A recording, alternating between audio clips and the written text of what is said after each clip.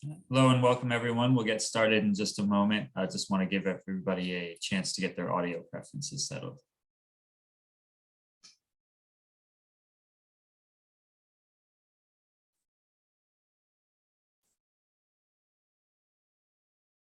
All right, it seems like enough time and enough people have joined. So welcome to today's user group. Before I hand it off to the panel, I just want to cover a few technical details in case you haven't joined us for one of these before. As you can probably tell, we use Zoom Webinar for the hosting platform. And that means that your cameras and microphones are disabled by default. So you don't have to worry about interrupting us. But if you do have a question or if you wanted to make a comment, you're limited to text-based options. For general comments, discussion with other people, the chat is a great place to put those. Just make sure that you choose everyone from the dropdown if you want everyone to see your message. And then if you have a question for the panel, we ask that you put that in the Q&A simply because it's much easier for us to manage that. You can ask questions at any time. Those are anonymous. You can view existing ones. You can like them and even add your own comments to them, but we will hold the answers until the end of the main presentation. So without further ado, I want to hand it off to our host, back after a month-long hiatus, Jasmine. Thank you so much, Mike. Hello, everybody. Greetings from a very sunny and warm Los Angeles. I am currently the chair of the International Education Standards Council. And for those of you who may be new to our monthly webinars here with ACRO, I'd like to just give you a brief overview of what the Iesc does and who sits on this council. The Iesc is composed of representatives from various public and private universities throughout the United States, as well as private credential evaluation agency. Members of the Iesc are, as you can see on your screen, it's a diverse group of individuals, and we have years of experience that we're bringing to the table in international education as well as international admissions. Everyone who serves on the council is doing so as a volunteer. This is kind of a passion project for us. And our role is to help gather research, review it, prepare, and approve the credential advice that you see for the various countries that are posted on EDGE. The credential comparability, the recommendations that you see, as well as the grading scales that are published in EDGE, represent the majority consensus among the members of Iesc. Our group meets once every 2 weeks. We have a very robust agenda. There's never an end of topics, and most of them are from the questions we receive from ACRO's EDGE users. So please continue posting us your questions and then provide us with sample credentials that you've come across that you find have not been addressed in EDGE, and we will be happy to put it on our agenda and go through and do the research and get back to you on what the results are. We also have on each year, we admit 2 individuals who join our fellow program, and each year they're given a task to do research on a particular topic. Previous fellows dealt with the 13-year secondary systems around the world. The next cohort of fellows addressed the Caribbean medical schools, the offshore medical schools, and our current 2 fellows are looking at the Bologna compliant degree programs in the European Union. So that is a quick overview of the Iesc, and you can learn more about us on the ACRO website. Thank you. So Jasmine, just before we move on, with all that research that you were talking about, you know that, hi, I'm Drew Carlisle. I'm the Assistant Director for EDGE Development. You know that I'm always one to advocate for people to go in and be sure to do as much of that research that they can do on the front end, because that will really allow us to answer those questions more quickly, because that research does take time. And we know you're having to do that when you encounter this on your desk. So sending us that information will allow us to answer your questions more quickly. Just wanted to throw that out there. tagging on to what Jasmine was saying. But my colleague Julia was going to come on, and we were going to talk about everything that we were going to discuss today. We were going to go around the world in India and the United Kingdom. Julia, you want to share what we're going to talk about? Sure, we got lots of exciting updates coming up, and that includes India, the Bachelor of Education, which we've added, the United Kingdom. We're going to talk about level 4, 5, and 6 diplomas. Colombia, we got a couple of slides on Colombia and their licenciados, and then Tunisia. We've also got some highlights and upcoming events that we want to share with you, which we'll go into a little bit more depth later, but you can see there's a number of things coming up that we'd like you to be involved with. Also, question and answer. Let's just go over this real quickly.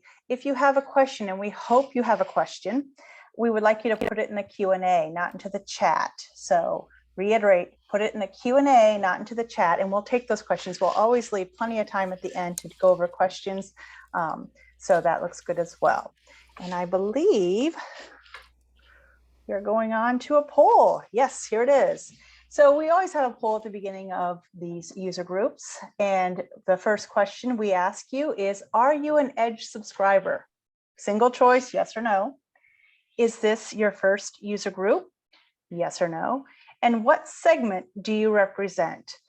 Institutional staff, evaluation service, government, or a law firm? We'll give you about 20 to 30 seconds to answer those. And go ahead, We Drew. always like to know if you're an Edge subscriber, because if you're not, we're happy to offer you a free trial. You can navigate through the website, or maybe even more easily, the QR code at the end of this presentation will take you directly to the site where you can sign up for that free trial for you and some of your colleagues, so you can get in and see this information and how you can use it in your day-to-day. All right, Mike, how are we doing on the poll? Let's see. Okay, so I'm going to read this out for the recording, for the sake of the recording. Are you an Edge subscriber? Wow, wonderful. 96%, or 71 out of 74 of you are indeed Edge subscribers. Thank you. We appreciate that. And it's through your input and your involvement that we make Edge better and better. Those 4 of you that aren't, please go on and get that free trial as soon as possible. We like to start those up on Mondays, so that you have a full week during the work week where you and your colleagues can work on that together. So if you sign up for one today, don't be surprised if you'll get some more information from us this upcoming Monday morning. Thank you. Okay, question number 2, is this your first user group? A quarter of you, yes it is. Well, welcome. We're glad to have you here. 76%, or 3/4 of you, said no. Thank you guys for being here again and again. Welcome back. We are glad to have you here. And then question number 3, what segment do you represent? Okay, 88% of you represent institutional. 11% from an evaluation service, welcome. And 1% from the government. Well, welcome. Bring some colleagues next time, whoever you are coming from the government. We'd love to have you here and have you get more involved. And then finally, before I pass it on again, I am just going to say that we have at the end of all this QR codes that we've included for everything we're going to talk about. So don't try and take too many notes or anything else, because you'll have those QR codes. They'll be there and you can go back and access all of these. So let's move on to our latest content updates. And I believe our first update is going to come from Emily Say at IERF. Emily? Can you tell us about India? Julia. You're welcome. Hi, everyone. So for the content updates, we are going to start with the Bachelor of Education from India, when we were alerted to the existence of a 2-year B.Ed. Now, previously, in order to teach at the secondary level in India, one had to complete a 1-year Bachelor of Education following a general 3-year bachelor's degree. So this combined yields a total of 4 years of post-secondary education. However, there had been concerns about this 1 year of teacher education, about whether or not this 1 year was sufficient to prepare teachers. So at the end of 2014, the National Council of Teacher Education declared that the 1-year B.Ed would be expanded to 2 years. And during this throughout this extension, what would happen is it would allow for more practical activities. For example, previously the internship was 40 days, and now the internship, or student classroom teaching, if you will, is now 20 weeks. With these kinds of changes, leading to the two-year BEd, it is believed that it would better improve the quality of teachers coming out of the program. So as of 2015 and after, we now have the two-year BEd, usually following the general three-year bachelor. On to the next slide. So the other corresponding change is the level of teaching eligibility. So as I mentioned, we have the two-year BEd following the general three-year bachelor, and that would allow students or holders to teach at the lower secondary level in India, which means years 9 and 10. Now, in order to teach at the upper secondary level, which is years 11 and 12, one would have to do the two-year BEd, but it would need to follow the general two-year master. The idea behind this is that it would give students more time to develop subject-specific knowledge.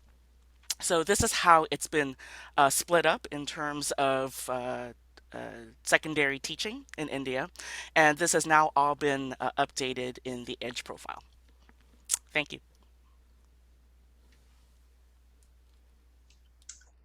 All right, let's move on to the United Kingdom. This credential question was brought to our attention by an EDGE user, and their question was, how do they interpret this qualification? And the acronym is OTHM, which is for the Occupational Health and Safety Management Program. So their question was, this is not listed under the UK list of credentials. What we decided to do was to direct the individual to the UK Qualifications Framework website, and we're going to include this as a guide in a UK credential profile. The website that the United Kingdom has provides a really good comprehensive listing of all the credentials and their levels, beginning from 1 all the way to, I guess it's 9. In this particular case, just to help you understand, is that when you go to the UK Qualifications Framework page, they have a link to the list of all the qualifications in England, Wales, and Northern Ireland. They also have a link to the Register of Regulated Qualifications. That is, if you want to know the name of the qualification and the exam board that runs it. And it also has a link to a page that helps you compare their qualification levels from other countries and how they match against the UK. So it's a very helpful tool rather than EDGE country profile listing every single qualification, and the UK has hundreds and hundreds of them, is to provide you with this very useful link. And just for your information, the OTHM level 4 on this qualification framework is considered to be comparable to the Higher National Certificate Program, which is a 1-year program and lends itself to 1 year of undergraduate credit comparability. Level 5 is considered to be at the Higher National Diploma level, which is a 2-year program. And the level 6 is listed as comparable to a UK bachelor's degree. So again, this is a great question, and the tools are available, the UK qualification framework website, and this will be included on the UK country profile section for your assistance. Thank you. And then something else just to mention is that when there are qualifications frameworks that we do have known to us, those are listed within EDGE as well. That's a place that you can really go when you're looking and trying to develop your policies and how to understand how a credential is seen in its native system. It's really helpful to look at those frameworks. And coming up next, I think we were going to be talking a little bit about Colombia. Robert, would you talk about Colombia for us? Sure, Drew, thanks. Hello, everyone. Good afternoon. This is an example of one where it didn't come from you guys as much as it just welled up from one of us. I can't remember if it was me or if it was Jasmine. The two of us got involved, I think, on it. And what had happened was I'd run across a credential known as a maestro. And as you can see up there, we have the two gender-specific versions of that, but Maestro di Capilla, chapel master, a 3-year degree, first degree and awarded by Colombian institutions. And so I said, well, we need to add that to EDGE. I go into EDGE, and lo and behold, it was one of those, oh my God moments when I discovered that when we'd rolled out EDGE 15 years ago, somehow or another, we forgot the Licenciado.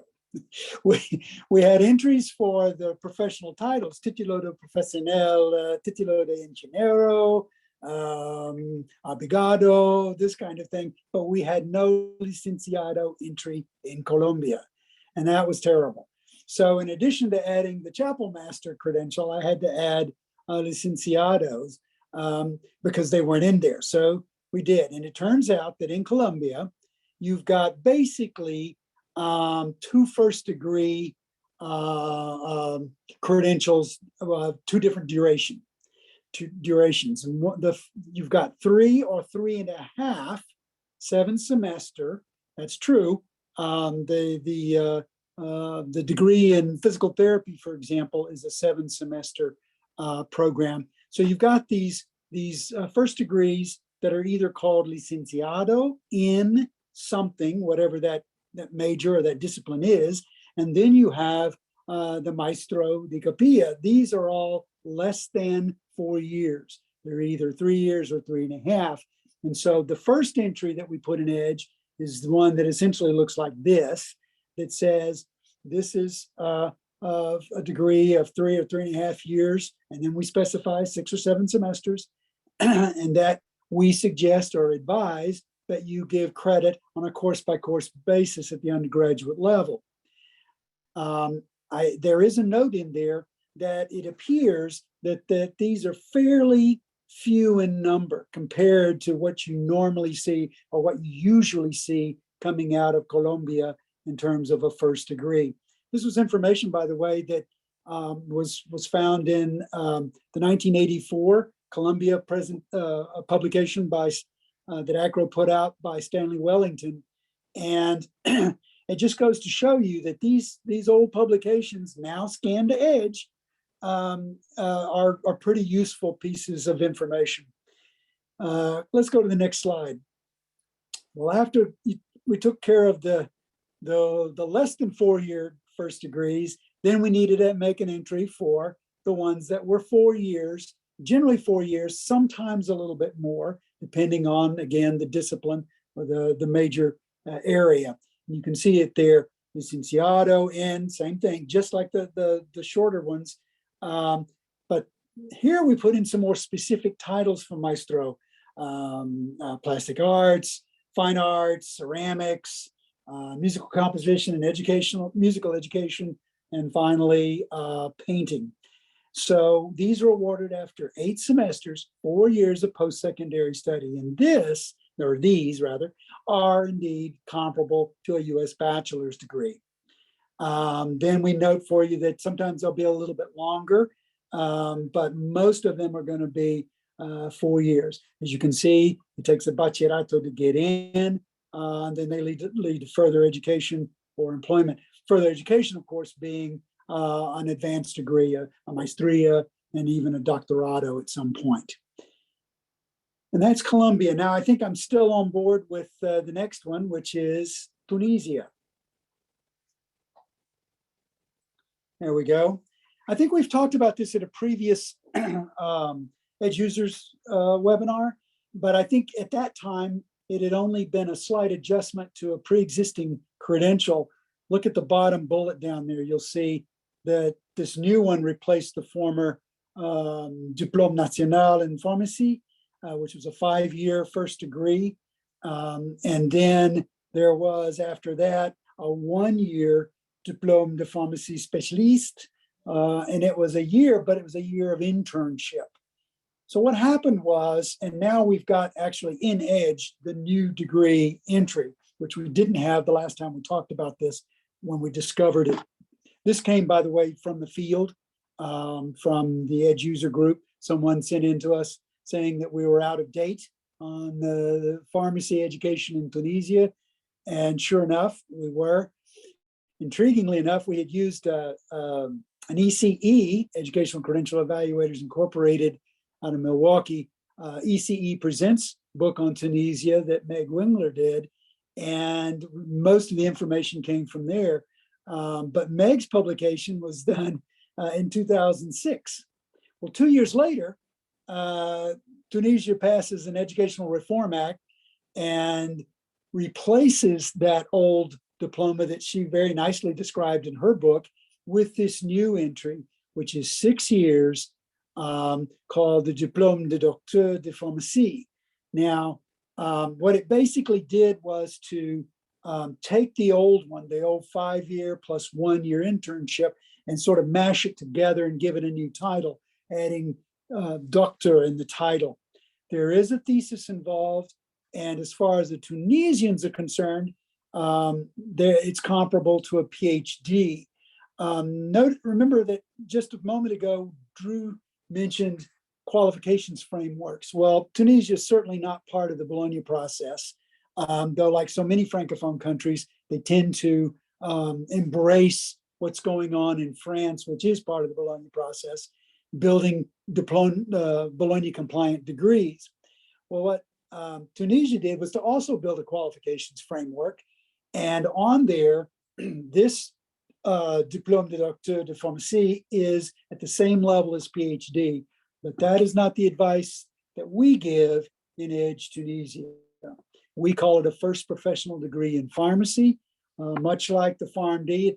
It's not exactly the same thing, although it's approximately the same length.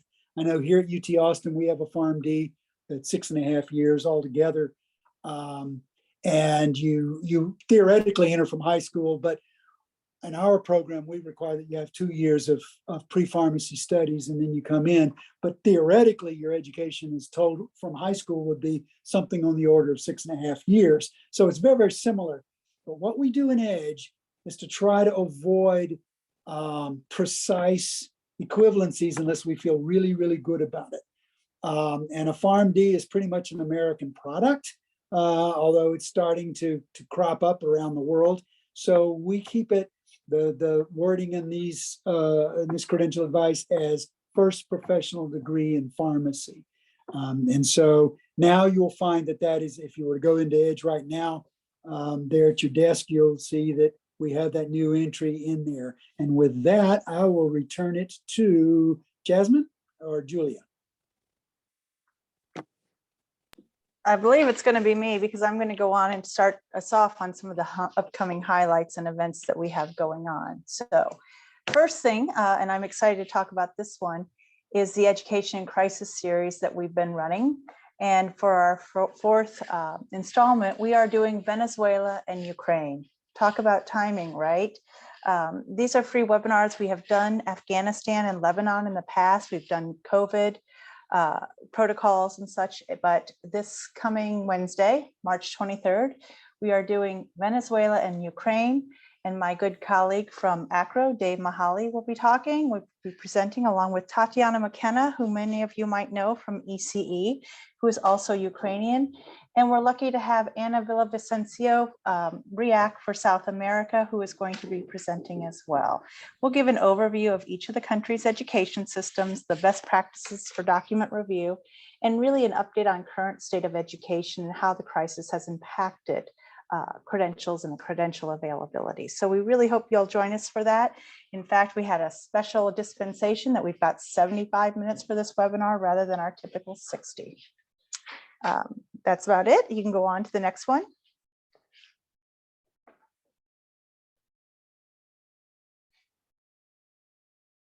Okay, our 107th annual meeting is coming up very soon, April 3rd to the 6th in Portland. We do hope some of you will be joining us. We'd love to know who's joining us, and I believe we have a poll for that coming up. But just know that this is our first in-person meeting in over 2 years, and we're thrilled to be seeing you, meeting you, greeting you, and learning with you. We have over 100 sessions. We have a pre-conference workshop on international admissions that we're doing. April 2nd and 3rd. And that's really a 2-day intensive workshop, which covers the industry's sort of best practices on foreign credential evaluation. And we will focus specifically on China and India. So. You know, this isn't an actual poll that we are going to be asking of everyone, but if you're going to be attending the annual meeting, throw out a hello there in the chat. Let's see who all is going to be going and how many people we'll be seeing there. You will not get to see me in Portland this time, but I do still recommend that you take the MAX from the airport. It's so easy to do that and just get right downtown. Such a nice trip. Julie, I know you're excited about heading out to Portland. I am thrilled about heading out to Portland. I've never been there before, never been to Oregon. So let's see from y'all. You have a raise your hand function. I don't know if that's what that's for, if we have a poll that we put together, but let us know who'll be there. Ah, Leslie. Yes, Leslie is actually doing the pre-conference workshop with me. So I'm glad to have her there. And I know she's doing a session on India with my colleague Dave. So Julie is particularly pleased to hear that Leslie's going to be there. Yes, you bet. Since Drew mentioned the MAX, I read that registrants will receive a pass to use the MAX. So that'll be a nice additional offering with the ACRO conference. Yes, you're right about that. That's great. And the MAX is, I hear, great. All right. I think I'm turning it over to Jasmine to talk about this one. Here I am. Well, I am so excited to share with you the news that we will be hosting a joint symposium together with ACRO. If you're not familiar with our symposium, I also wear another hat as the president of the board of directors for the Association for International Credential Evaluators. This association has been holding an annual symposium pretty much for the past 6 years or so, where we tackle a particular issue that we want to reach some consensus so that we have established standards of uniformity when it comes to evaluating certain credentials. One year we tackled the 3-year degree issue, and that was a very, very informative and insightful symposium. We have also dealt with, my brain is kind of getting a little jumbled, but we've had quite a lot of interesting topics. All of them are posted on the AICE website, and that's AICE-eval.org, and you can see the reports from the past symposia. The 2020 symposium will be held in Kansas City. It will follow the ACRO International Institute, July 20th to 21st, and the symposium will be on the 22nd. We will be tackling the issue of professional credentials, particularly with focus on medicine and law.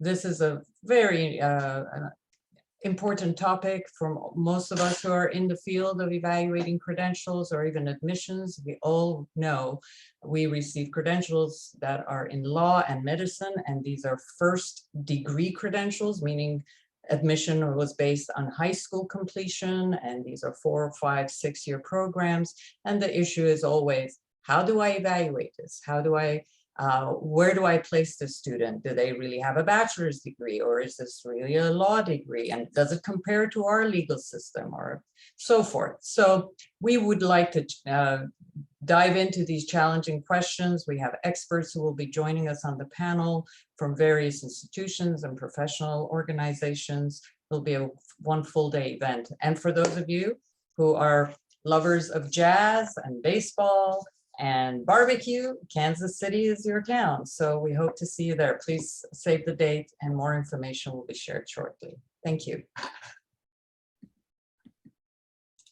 All right, and in addition to all of our scheduled programs, we also have an on-demand Learning International series available to fit you and your staff's schedules. So whenever you guys are able, and as you're interested in learning more about specific topics we cover, such as China or Egypt or Francophone Africa, these are always available to you and your colleagues. They offer a variety of courses designed to support your staff members in evaluating all of the transcripts that come through.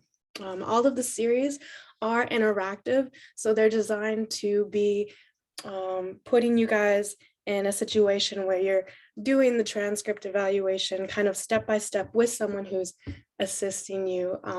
And again, these are available at any time. So definitely go check out the courses.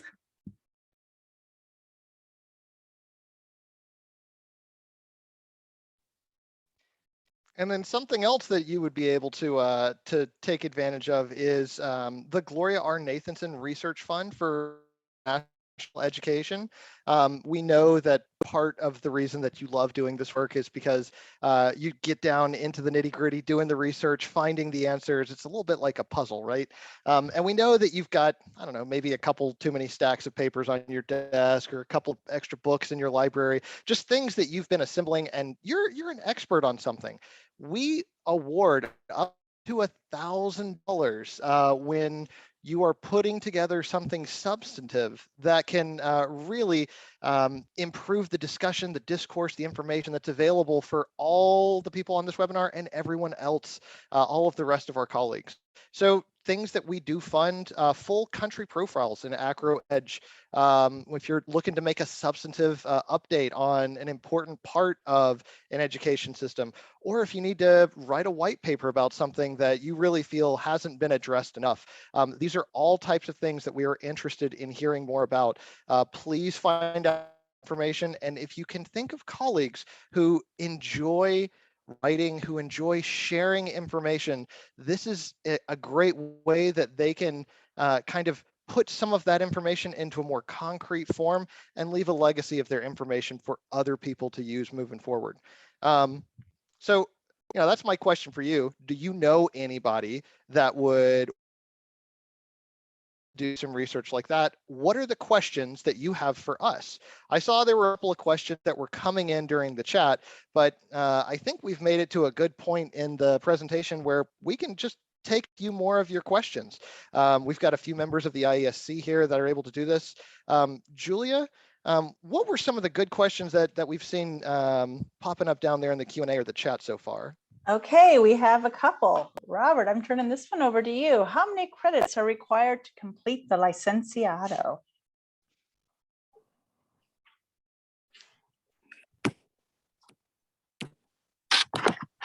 Sorry, Julia, having trouble there getting unmuted.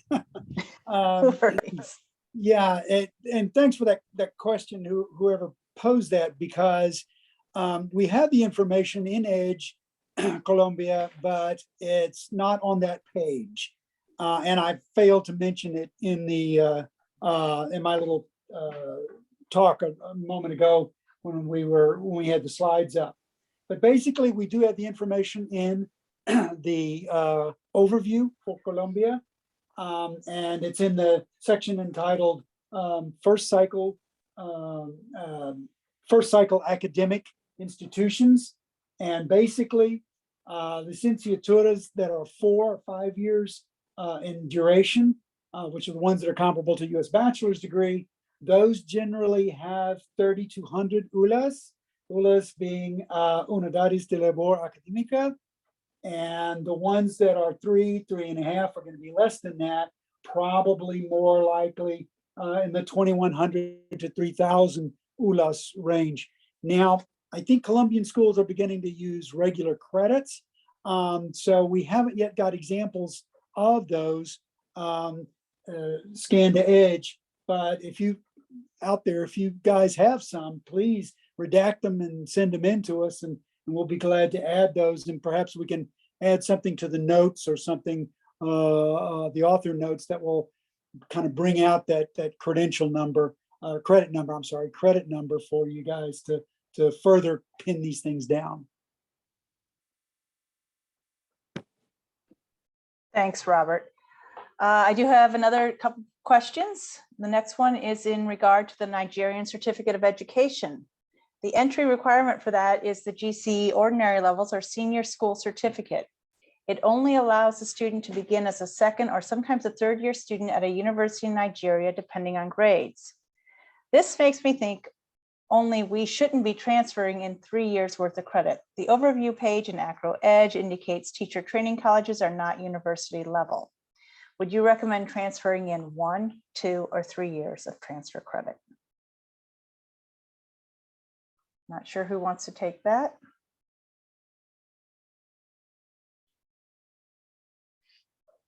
I would guess Robert might pipe in there. Sorry, once again, muted. That's what I thought, maybe. Go ahead, Robert. I see why the person's saying what they're saying, but boy, there's no question but that this is not comparable to U.S. bachelor's degree, and we certainly don't say that in EDGE Nigeria. We do say, though, that it's a 3-year experience and that it should receive up to 3 years of university credit on a course-by-course basis. And because senior certificate or old O-levels were needed to get in, I see no reason to soak off some of it like you would, for example, an Indian diploma, polytechnic diploma in engineering that is entered after 10th grade. So I see no reason why we couldn't continue to say up to 3 years of credit, course by course basis, but I'm certainly willing to listen to someone else's viewpoint that would say less. I'm not bothered by the fact that it's non-university higher education institution. Would anybody else like to add to that out there? Anybody else on the panel here? Emily? Yeah, we hold the same view and position as Robert. I actually did want to take this opportunity to address a different question that has actually come up both in the chat and in the Q&A, and that comes from Todd and Alex. I do apologize. The question has to do with what the actual placement recommendation or equivalency is in EDGE for the new 2-year Bachelor of Education from India. I guess I had been so focused on those little boxes and charts that I forgot to address the equivalency. The truth is that there isn't a change in the equivalency. So it's the same for both the 1-year and the 2-year Bachelor of Education, and the equivalency is, recommendation is a U.S. bachelor's degree. So whether it represents a total of 4 years of post-secondary education or 5 years, we do regard it as a U.S. bachelor's degree at the end of the day. There was a question about just post-graduate credentials in general. There is also the 2-year Master of Education in India, so that should not be confused with a regular master's degree. The 2-year Master of Education, which follows the Bachelor of Education, is really intended to support and promote school principals, administrators, folks who maybe develop policy or curriculum at the national or regional level. So that's what the Master of Education is for. Thank you. I have a question for Robert about the Nigerian national certificate, the 3-year. Robert, would you just look at those 3 years of coursework as more lower division, or some portion of it is upper division? Oh, Jasmine, that's a rough question. We're supposed to be giving each other softballs. Come on. Sorry. This actually is a broader question, and because we run into it with other 3-year less than university 3-year credentials from non-university post-secondary institutions, like a polytechnic where a 3-year diploma comes after 12th grade, right? Where you're going to conceivably give all 3 years of credit. And it's tough for us because we're very university oriented here in the States, in the sense that we do what universities do. Universities look at a community college or a junior college and we say, oh, well, that's lower division. And certainly that's the way UT Austin approaches courses, when we take a lot of courses from Austin Community College, but they're all lower division level with 1 or 2 exceptions.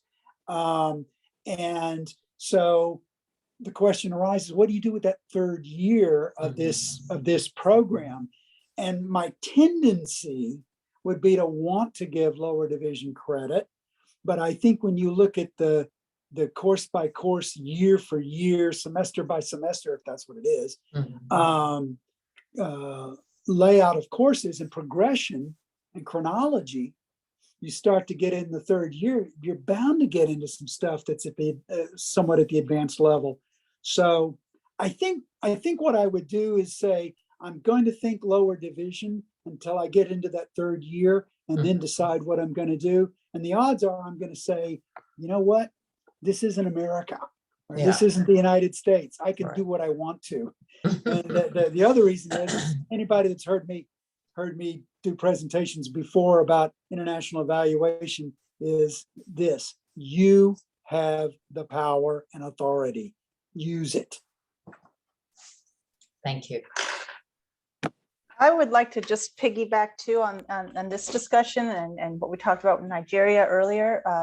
Ina put something into the chat, and I think it's worth just throwing it out there and realizing we have both institutional and evaluation services on this panel. And she asked, awarding full years of and not course by course for transfer credit, much leaner process. Would any of you like to comment on that? Robert, Jasmine, Emily? Julie, can you repeat that, please? It's in the chat, and it's in the she chat. says awarding. find it. She just made the comment, awarding full years and not course by course for transfer credit, much leaner process. So she seems to be really wondering, like, Robert, you mentioned about the 4 years of credit for the Nigerian certificate of ed, and she was under the impression that course by course would be better. So just throwing that out there. Well, I would just simply say that, it's always got to be course by course, because an evaluation agency is going to do one thing with some courses, and a university like mine, particularly a very highly selective institution, is going to do something quite different.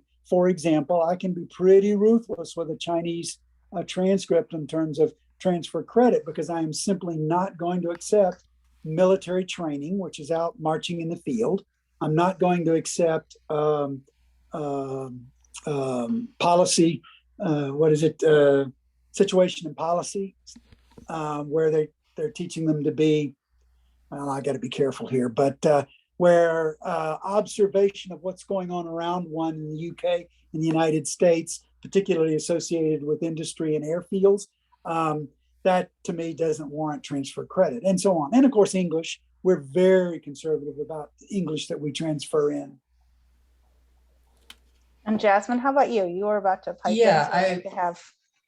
Well, I think the approach evaluation companies such as mine take is that our role is to report the facts and give the most kind of accurate comparability. So if we're looking at a program that is in effect 3 years post-secondary full-time, we're going to report it as such in the evaluation, present it in the detailed course by course with the US credit equivalents, and then allow the US institution to work from that evaluation report, because that's the whole point. We're converting the non-US documents into a US resembling document so that it could facilitate the selection and transfer of those courses. So we may recommend this is comparable to 3 years. We may even say this is 90 semester units of credit, but that doesn't mean all 90 are going to be accepted with no questions. That would assist the university or the college to select those courses that it deems to be transferable to its program. So maybe out of that 90, they may only accept 30 or 40. So there's a difference. Jasmine, I agree 100%. That's exactly right. And I think that's as it should be. I'm the receiving institution, so I can be conservative. But when I put my other hat on as a senior consultant to FCSA here in Austin, I'm going to tell them to take just about everything, give them what the person earned, and then let the receiving institution, if it's a university, decide what they're going to use from that. That's, to me, that adds another layer of responsibility to the receiving institution. If it's one thing to outsource, it's another thing to outsource your mind. In other words, let ACEI tell you what you're looking at, and then you decide what you want to use about what they're telling you that you're looking at. So it's much like we do here. We do a similar kind of thing here at UT, where my office, Graduate International Admissions Center, we accept, if we say 3 years of credit, and after we've gotten rid of the English and some of the the courses that we don't transfer in, simply don't transfer in. Of course, those earned with a D or better, a grade of D, if there is a grade comparable to a D out there in this country that we're talking about, then we take everything. If there's only 3 questions we ask. Number 1, is the school it came from, is it recognized? Number 2, is the course itself post-secondary in nature and not remedial? And thirdly, did they make a C or better? And if the answer is yes to all of those, then we're going to have that credit on their record. And then we turn it over to the academic department, who starts to toss out half of what we took. Excellent, thank you. I wanted that conversation to be heard, and you highlighted much of what I thought would be good for Ina to hear. And Ina, you're at an institution, so you have that obligation as an institution to do a little bit more there as well. So Drew is putting some information in there. Julia, sorry, if it's okay, I'd like to pipe in because there was a follow-up question about the Bachelor of Education from India. I want to make sure that gets addressed. The follow-up question was, what happens with the Bachelor of Education from India when it follows a master's degree, general master's degree? Because as I mentioned, that would be needed if the person intends to teach at the upper secondary level in India. That would still yield a U.S. bachelor's degree equivalency, and this is the thinking. The Bachelor of Education, we have to look at what the minimum entrance requirement is versus the eligibility and teaching level. That's a separate issue. So the minimum requirement is a general 3-year bachelor's degree. And regardless of whether it follows the general bachelor's degree or the general master's degree, the teacher education content is the same. What they're learning in that Bachelor of Education program will be the same regardless of what they go in with. So for that reason, it would still be regarded as a bachelor's degree equivalency. So hopefully that answers your question, Todd. Great. That was Drew, great. Drew, I noticed that Tabby Puckett has a question that's a fairly complex one. It's not something that we've talked about. Let me see if I summarize this right, Tabby. Basically, she's saying IGCSEs, which, as you know, are the international version of the GCSE out of England, and that they're taking these in these schools, and these are generally private schools or British pattern schools that are really alien to the host country educational system. And they're doing these IGCSEs not at the end of 11th grade, or if they call them that in the private school, 5th form, but rather at the 10th grade level. And she mentioned 9th. I don't know that I've ever seen 9th. I've certainly seen 10th. And so the question is, IGCSEs are considered by most all of us here present today to be comparable to US high school graduation. So do we still believe that even if they're done at the end of 10th grade? My answer to that would be, by and large, Tabby, yes, simply because of 2 things. Number 1, the credential is the credential. A GCSE or an IGCSE is a GCSE, is a GCSE, is a GCSE. All right. So the credential, we know what we're going to do with it. When it comes is somewhat irrelevant, unless there's some fraud going on here. And the other part of that answer is that we know situations where people do things quicker than the stated official duration may be. For example, any number of folks probably participating in this webinar have their 4-year bachelor's degree in the States, may have done it in 3, or someone may have done it in 5. And in both instances, the bachelor's degree from the United States is not a 3-year degree, nor is it a 5-year degree. It's a 4-year degree. Once upon a time here at UT Austin, we had a rather deplorable statistic that only 25% of incoming freshmen of a cohort would graduate in a 4-year degree in 4 years. By the end of 5 years, however, more than 80% had done it, 87%. And so we're much better now at that statistic. We're much closer to 60% completion rate after 4. But my point is that even though it's a 4-year official degree, not everybody finishes it in that same amount of time and so on. So I look at that, your question, Tabby, is much the same kind of approach.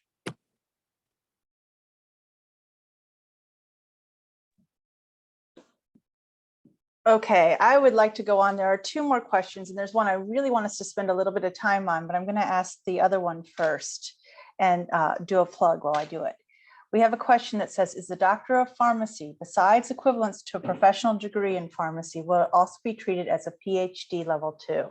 This is a great question, and one I would absolutely encourage you to think about coming to the ICE Symposium in July, because that's exactly what we're going to talk about, our professional degrees. Now, who of you would like to take that question? Jasmine, would you be interested in starting us off on that?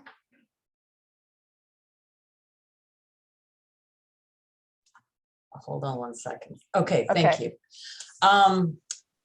Our treatment of professional degrees is very close to exactly how we approach them in EDGE. So I'm speaking for my company, ACEI.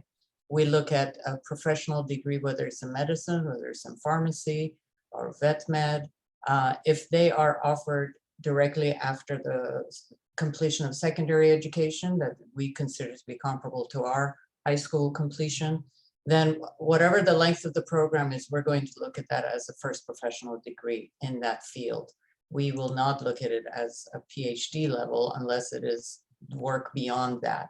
I think, Robert, you touched upon this in the previous, wasn't it Tunisia, the pharmacy qualification? Right, exactly. Because that was I think that was the question that was being posed to us. I don't think the person that was sending in the information to us actually posed that question, but I think it was in their mind. And so we surmised that that's what it was. And so we made it crystal clear that this was not a PhD. Right. What we're talking about here are, and you're absolutely right, Jasmine, we're going to obviously be talking about this during the symposium, during the institutes this July, but in just real basically and real quickly, professional first degrees, usually in the health professions, are, no matter what's in their title, they are first professional degrees. They are academically not a terminal level degree, because you can get specializations in medicine, whether it's dentistry or vet med or what have you, that are at a master's level and then at an actual research doctorate level. So the answer to the questioner is no, those are not PhDs. Great, thank you. And once again, come to the ICE Symposium this summer. We'll talk about that fuller. Okay, last question. And this one I think is really a good one, and I want to hear what especially Jasmine and Emily have to say about this as well. We often run into difficulty receiving electronic transcripts from international institutions, as we require some type of encryption, password protection, a link with a password, etc., to consider the document official. Are there any recommended best practices for how these institutions can send official electronic transcripts to our institution if they don't have a credentialing service or platform?